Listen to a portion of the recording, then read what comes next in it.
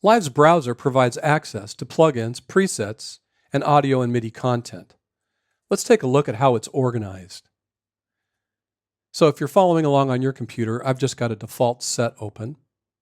And as we discussed in a previous video, the browser is located on the left-hand side of both Session View and Arrangement View.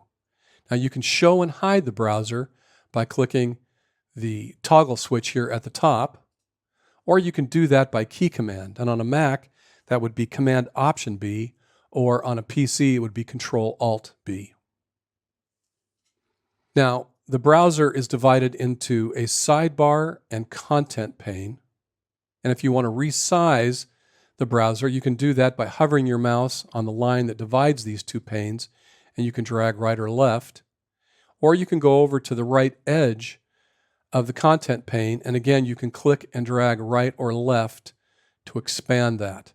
Now, when I do that, you'll notice that we get an extra column here in the content pane, and that will allow us to see more information about the content that we see there. Now, the sidebar is divided into collections, the library, and places. And we're going to focus on the library in this video, and we'll talk about collections and places in an upcoming video. Now, the library is divided into different categories. The All category gives us access to all of the different devices and presets and loops and one-shots. The Sounds category narrows that to virtual instrument presets. Below that, we have drums, and that's going to further narrow this to the Ableton Live drum presets, loops, and one-shots. And one-shots are recordings of single kick, snare, and hi-hat hits. And then below that, we have the Instruments category. Now, the Instruments category allows us to access the included virtual instruments that come with Ableton Live. And in this case, we're seeing what's available with Live Suite. Now, I can click to choose a folder over here, and each one of these folders represents a different instrument. For example, at the top we have Analog, which is a subtractive synth plugin. And the folder itself is a default preset. But if I click the arrow that's on the left edge of that folder, it will open up and we can see all the different presets that come with the Analog device. Now I'm going to close that. I'm going to go back over here and select the Instruments area. Now, another way to navigate this is to use your arrow keys. So once you select a category, you can use your right arrow to move into the Content pane, and then you can use your up and down arrows to go to the different devices. Now, if I hit the right arrow key again, once I've selected one of the devices, it will open up that folder, and then again I can use my up and down arrows to select a particular preset. Now, once I've found a preset that I want to hear how it sounds, I can audition that by pressing the right arrow key. And I can quickly press my down arrow, go to the next one, right arrow.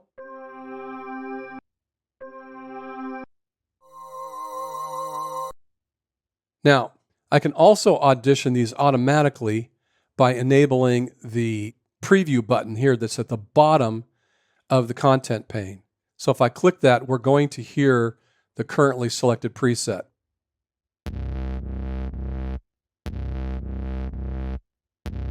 And notice that it continues to play until I hit the space bar or I disable the preview switch.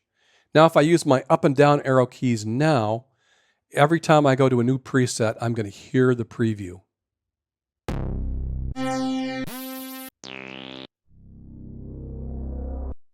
So you can see how you can quickly go through and audition different sounds. Now, once I'm done here, I can leave this instrument by pressing my left arrow key. That takes me back up to the default preset or the folder. Pressing the left arrow key again will close that folder. And then if I press the left arrow key again, it will take me back over into the sidebar. Now, below Instruments, we have audio effects, MIDI effects, modulators, Max for Live, and plugins. These are all different categories that allow us to see different effects. In the audio effects category, we see the included audio effects that come with Ableton Live. Below that, in the MIDI effects, we see the included MIDI effects that come with Ableton Live. So we have the arpeggiator, and we have the scale plugin and the chord plugin, for example. Below that, we have access to modulators. And again, these are Ableton Live plugins. And these are devices that allow us to somehow modulate an audio or MIDI sound. Below that, we have access to Max for Live devices. And if you're not familiar with Max for Live, Max is a visual programming language that allows you to create music and multimedia devices. And Ableton is unique in that you can directly use Max for Live devices in Ableton. So all the people out in the world that are creating these devices, you can access these through the Cycling 74 Max for Live webpage, and a bunch of these come included with Ableton Live. Below that, we have the plugins category, and this is where you would access all of your third-party content. So these are different types of plugins that you would purchase from a third-party manufacturer. So for example, you can see that I've got plugins from FabFilter there, and if I press my right arrow, that will open up the category, and I can see all the different FabFilter plugins that I have purchased for use in Ableton. So the plugins category not only has audio effects, but it could also have virtual instruments and MIDI effects, all the different kinds of devices that are made by third-party manufacturers. Now, below plugins, we have the clips and samples area. And these two are going to give us access to audio and MIDI clips, or audio loops, clips, and one-shots that you might find included with Ableton Live.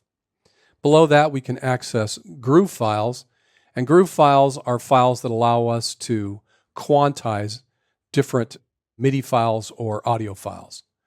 Now, new to Ableton Live 12, we have the ability to have alternate tunings in use, and they're all collected here in the tunings category. And then finally, at the bottom here, we have the templates category, where we can save Ableton Live sets that already have a bunch of tracks and devices on those tracks. And each one of these would represent maybe a different workflow for where you want to start a particular project. Now that you understand how the browser's library area is organized, you'll be able to find presets, clips, and loops to use in your Ableton Live projects.